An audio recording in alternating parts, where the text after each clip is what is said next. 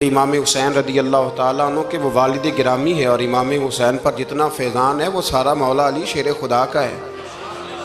تو پہلی بات تو یہ ہے کہ ہمیں اس طرف توجہ دینی چاہیے، جس طرف ساری قوم چل نکلتی ہے، ساری دنیا ہی ادھر توجہ کرتی ہے، وہ بھی ہونا چاہیے، لیکن تمام صحابہ کے ایام ان پر خاص توجہ رکھا کریں، بالخصوص خلفائے راشدین حضرت ابوبکر صدیق رضی اللہ تعالیٰ عنہ، حضرت عمر فاروق رضی اللہ تعالیٰ عنہ، سیدنا عثمان غنی رضی اللہ تعالیٰ عنہ، اور مولا کائنات مولا علی شیر خدا رضی اللہ تعالیٰ عنہ۔ آپ کا 21 رمضان المبارک کو یوم شہادت ہے، اور یہ اتنے حسین و جمیل اور خوبصورت انسان ہیں کہ میرے نبی کریم علیہ السلام نے فرمایا کہ علی تو دنیا میں بھی میرا بھائی ہے اور قیامت میں بھی میرا بھائی ہے، اور حضور علیہ السلام نے فرمایا جس کا میں مولا ہوں علی بھی ان سب کے مولا ہیں، اور حضور علیہ السلام نے فرمایا میرا علی تو وہ ہے کہ اس کو دیکھتے رہنا، رب کریم تمہیں عبادت کا درجہ عطا فرمائے۔ فوراً سوال اٹھتا تھا ذہنوں میں کہ جو نہ دیکھ سکیں گے تو وہ کیا کریں گے؟ تو محبوب نے فرمایا ذکر علی عبادہ، وہ علی کا ذکر کریں گے تو اللہ انہیں عبادت کا درجہ عطا فرمائے۔ اور حضرت علی شیر خدا کرم اللہ تعالی وجہ الکریم جو ہیں، وہ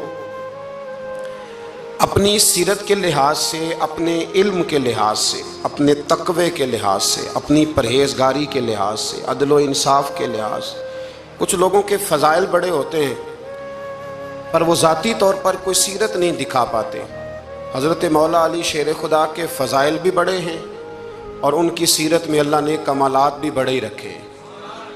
جس طرح نبی کریم علیہ السلام نے جناب ابو طالب کے گھر میں پرورش پائی، مولا علی کے گھر میں حضور رہے، تو مولا علی نبی کریم کے گھر میں رہے، وہاں پرورش پائی حضرت علی شیر خدا نے، اور ساری کی ساری ان کی تربیت رسول کریم کی مقدس آنکھوں کے سامنے ہوئی، اور حضور ان سے بڑا ہی پیار کرتے تھے۔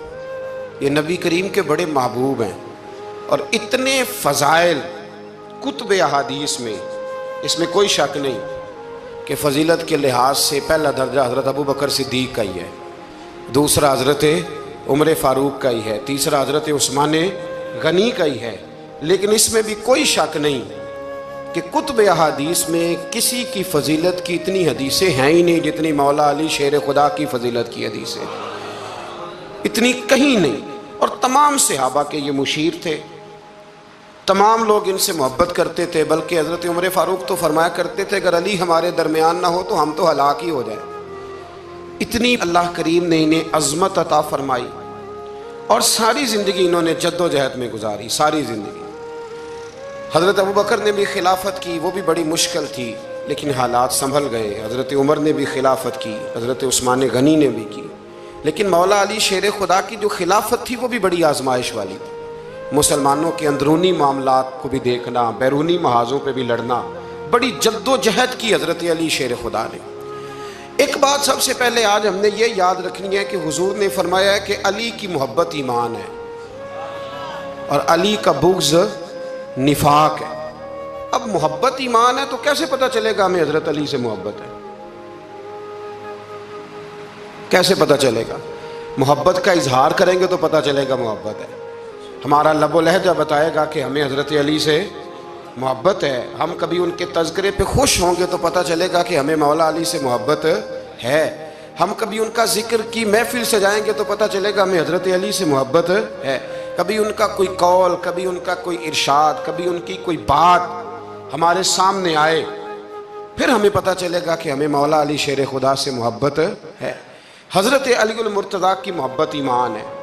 اور پھر ویسے بھی حضرت علی اتنے دانا ہیں، حضور علیہ السلام نے فرمایا اگر میں علم کا شہر ہوں تو پھر علی دروازہ ہے، علی باب علم کے، شہر علم کے باب علی ہے۔ امام صفوری کہتے ہیں ایک دن نا حضرت جبریل امین انسانی شکل میں مولا علی کے سامنے آ کے کھڑے ہو گئے۔ کون؟ حضرت جبرائیل علیہ السلام۔ حضرت جبریل امین کھڑے ہوئے انسانی شکل میں، تو کہنے لگے علی یہ بتائیے کہ جبریل اس وقت کہاں ہے؟ انسانی شکل میں، اور مولا علی سے پوچھتے ہیں۔ تو کچھ جو آج کل ہمارے شاگرد رات پڑھ جاتے ہیں نا، تو وہ ذرا جلدی کرتے ہیں جواب دینے میں، بڑوں کو جب جواب بھی دینا بزرگوں کو تو جواب میں بھی آداب کا خیال ہونا چاہیے. اگر آپ کو سوال آتا بھی ہو تو پھر بھی اس میں آداب کا خیال آپ رکھیں گے. آپ فٹافٹ نہیں کہہ دیں گے کہ جناب یہ اس کا جواب ہے، یہ معنی ہے، فوراً نہیں آپ کہہ دیں گے. آپ اس میں بھی آداب کا خیال کریں گے. حضرت جبریل امین نے جب کہا نا کہ بتائیے جبریل کہاں ہیں، تو حضرت علی فوراً بھی کہہ سکتے تھے آپ ہی تو ہیں جبریل، یہ فٹافٹ کہہ سکتے تھے، اسی وقت ساری بات ختم ہو جاتی. لیکن بزرگوں سے بات کرنے کے کچھ آداب ہوتے ہیں، کچھ طور طریقے ہوتے ہیں جو اللہ ماشاءاللہ آج کل لوگوں میں نظر نہیں آتے. کچھ طور طریقے ہیں، کچھ سلیقے ہیں، کچھ جو ہیں وہ اس کے خاص نقطہ نظر ہے، اس کو سمجھنا چاہیے.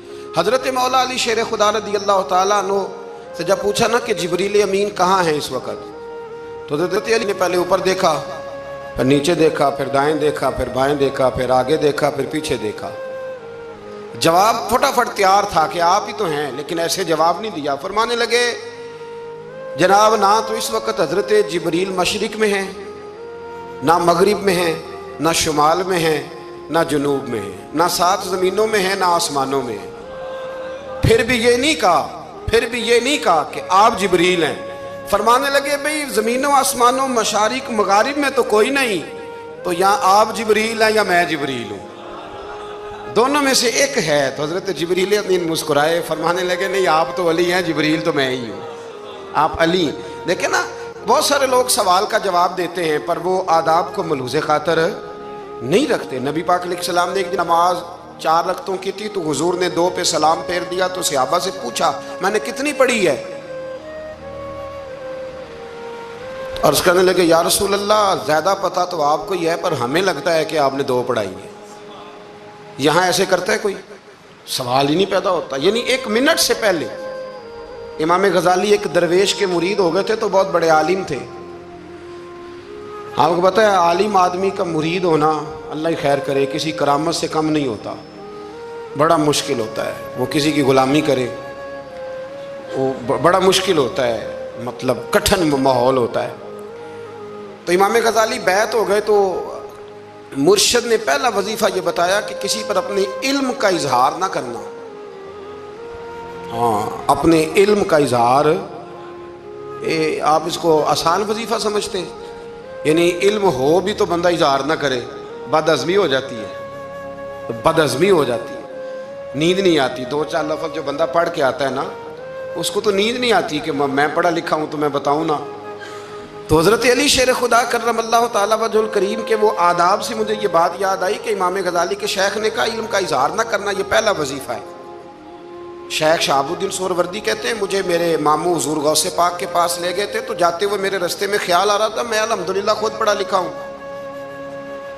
کہ جب انہوں نے جا کے پیش کیا نا غوث پاک کی بارگاہ میں کچھ دیں تو حضور غوث اعظم فرمانے لگے بھرے ہوئے پیالے میں کیا ڈالوں، پہلے ہی فل ہے کوئی گنجائش ہی نہیں. تو فرماتے ہیں پھر میں اگلی دفعہ گیا تو غرور علم کو توڑ کے گیا. تو پھر میں غوث اعظم کی بارگاہ میں بیٹھا تو اللہ تبارک و تعالیٰ نے پھر مجھے جھولی بھر کے خیرات عطا فرمائی.